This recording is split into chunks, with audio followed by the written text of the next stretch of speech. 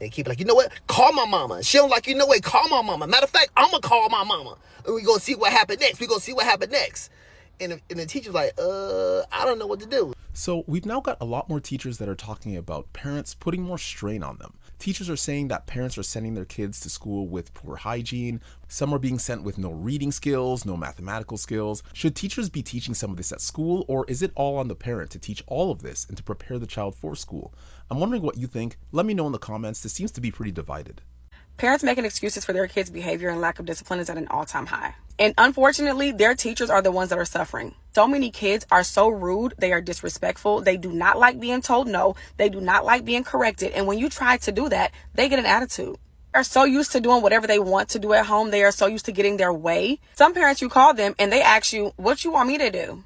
Nothing, I guess. What you been doing? I'm really starting to think that some of y'all are afraid of y'all kids, or you just don't want to be bothered with them. Or maybe some of y'all just really don't want to be a parent, and instead of admitting that, you're blaming everybody else but yourself. Because the way that these kids don't jump when you say you're gonna call their parents tells me everything I need to know.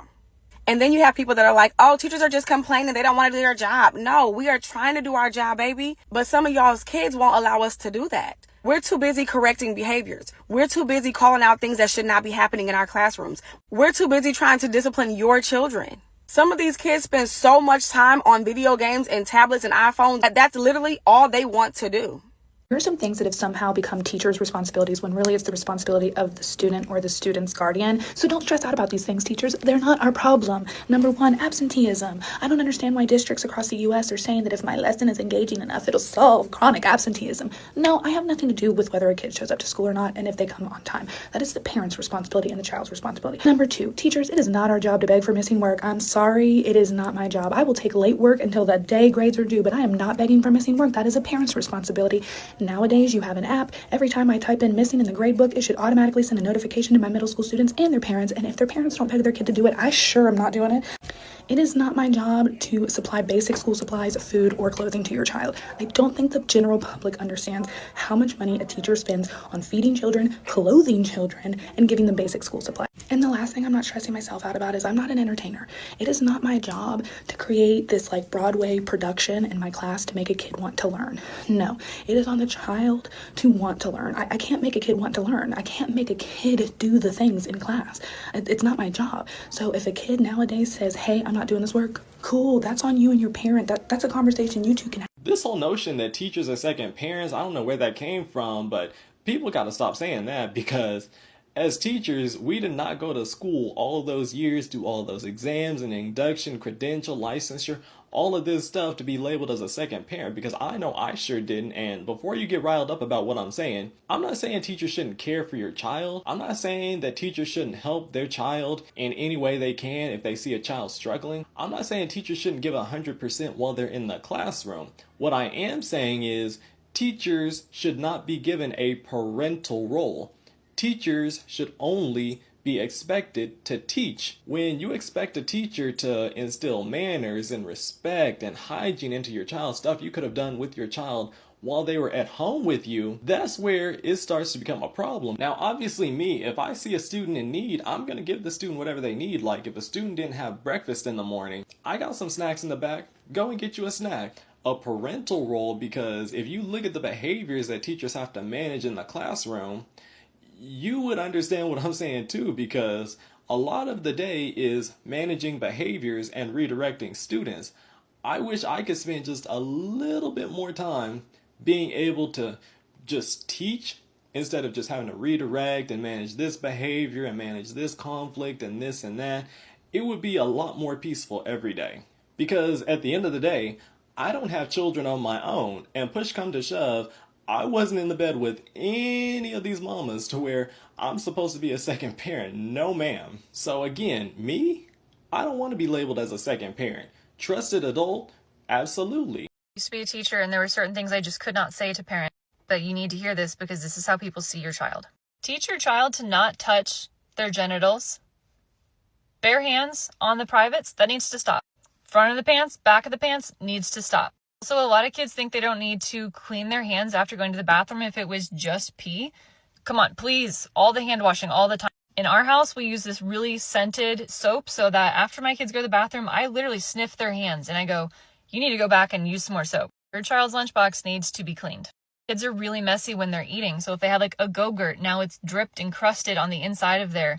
And a lot of this food starts to smell spoiled, and it's going to attract bugs and ants into the classroom and into the home.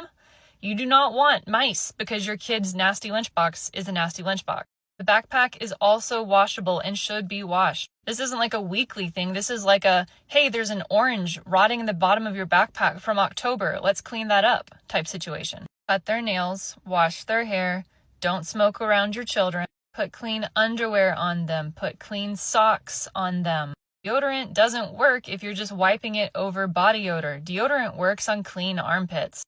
Parents, it is imperative that you teach your child or children how to read, because I have this little girl that's in my class, and last week they had free time and I said to practice your reading.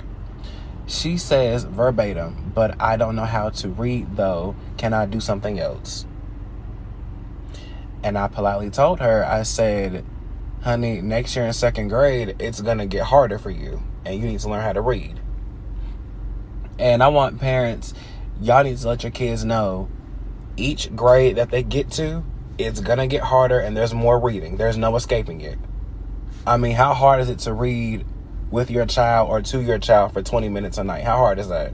Now, if some of y'all work, okay, I get that. But as much as your child is your pride and joy, you should want them to succeed. You know what's so crazy nowadays? These kids be using their parents to threaten teachers. Like a teacher could tell a child, listen, I need you to sit down and be quiet. And the kid be like, you know what, I ain't doing nothing. And a teacher like, you know what, I'm going to call your mom and we're going to settle this. And the kid be like, you know what, call my mama. She don't like, you know what, call my mama. Matter of fact, I'm going to call my mama. And we're going to see what happened next. We're going to see what happened next. And the teacher's like, I don't know what to do. You know what I'm saying? Kids always do that. They always threaten them. And sometimes these parents might be the crazy one that might come say something to the teachers. So the teachers be like, I don't know what to do. Children are coming into preschool at 4 years of age significantly more behind than they used to about 10 years ago. Not supposed to be some kind of clickbaity kind of piece, but it's the honest truth. The fact of the matter is we've got teachers leaving the profession. That does not exclude early childhood teachers and educators. I'm an early childhood teacher. I'm a preschool teacher. On this note, we're noticing children coming in at 4 years of age who can't handle being told no. They can't do basic things by themselves that require fine motor skills, like holding pencils properly, doing their bag zippers up, opening their bags, getting their lunch boxes, opening containers, those sorts of things. And within the realms of what we would expect, obviously we would normally be guiding them through that during the year, and that's fine. But we're just seeing an increase in the number of children that are coming in completely unable to do it. But also the other thing that is happening is that when they can't do it, they are completely losing it.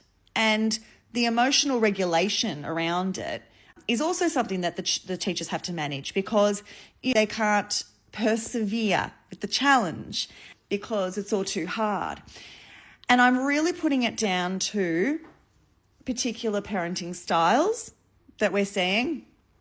We have a lot of millennial and Gen X parents now, and we were brought up by boomers with very strict parenting.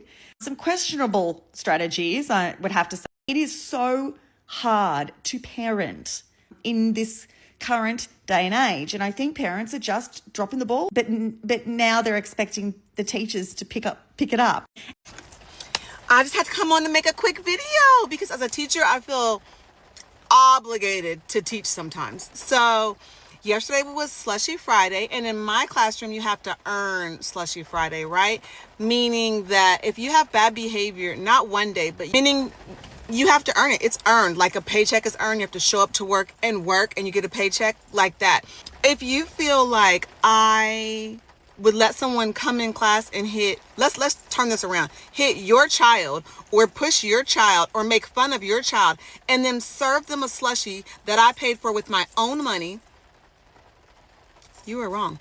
But not only are you wrong, you are part of the problem. Teachers are walking out of this profession by the day. Not even like it used to be, they would leave on spring break, on Christmas break. They are leaving by the day because of people like you who think that everyone should get a slushie, everyone should get a participation award, everyone should be treated fairly. Life is not fair, but in my classroom, I found out recently that my librarian calls me a warden. I am strict and I am firm. Do they still act up? Absolutely. Do I still give grace? Yes, they are 5. But if you continue to do something that you know better to do, I do not spend my pennies buying slushies for people who cannot do the right thing.